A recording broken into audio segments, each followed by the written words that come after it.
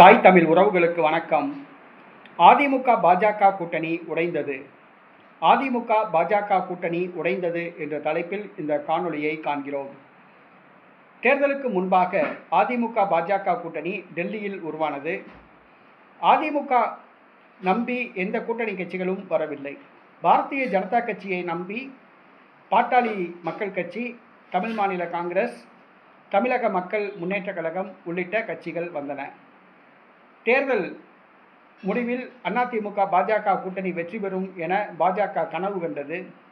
பாஜக தான் போட்டியிட்ட 27 தொகுதிகளில் ஒரே ஒரு தொகுதியில் மட்டும் வெற்றி பெற்று படுதோல்வி அடைந்தது. அதிமுக ஆட்சியை பிடிக்கும் என கனவு கண்டது. ஆனால் 47 தொகுதிகளில் மட்டும் வெற்றி பெற்றது. அதன் கூட்டணி கட்சியான அம்மா மக்கள் முன்னேற்ற கழகம் ஒரு தொகுதியில் வெற்றி பெற்றது. வேறு எந்த கட்சியும் வெற்றி பெறவில்லை. இந்த சூழ்நிலையில் அதிமுக தற்பொழுது இரண்டாக உடைந்து விட்டது. அதன் சட்டமன்ற கட்சி தலைவர்கள் 2 பேர் 2 அணிகளாக தேர்வு செய்யப்பட்டுள்ளனர். எடப்பாடி பழனிசாமி, எஸ்பி வேலுமணி ஆகியோரது தலைமையில் அதிமுக சட்டமன்ற எம்எல்ஏக்கள் குழு இரண்டாக உடைந்துள்ளது.